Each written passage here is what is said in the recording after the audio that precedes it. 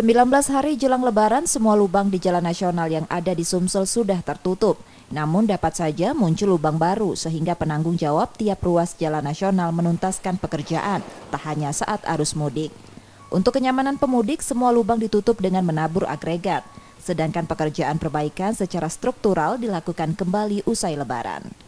Ruas jalan nasional yang disiapkan yakni Jalan Lintas Timur 410,17 km, Palembang Betung Oki, Jalan Lintas Tengah, Prabu Muli Muara Enim Batu Raja 471,24 km dan Jalan Penghubung 645 km. Dari total 1.600 km, 7,9% yang belum mantap atau sepanjang 138 km, sementara jembatan kondisi kemantapannya 70%. Beberapa besar ini sudah tertutup semua. Ya, memang sifatnya masih holding, sifatnya sementara dengan menutup agregat, belum aspal. Sambil mengikuti untuk lubang-lubang kecilnya ini, mereka juga sudah mulai menambal atau menutup lubang dengan CAP atau cat transport panas.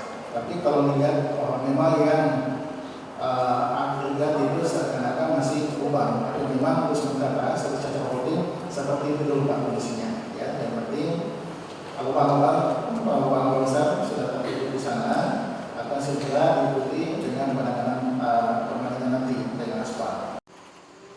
Mengantisipasi padatnya lalu lintas saat mudik tahun ini, BBPJN menyiagakan 19 posko lebaran dengan menempatkan alat berat beserta personil dari 24 April hingga 16 Mei 2022. Tim Liputan Kompas TV Banyu Asin, Sumatera Selatan.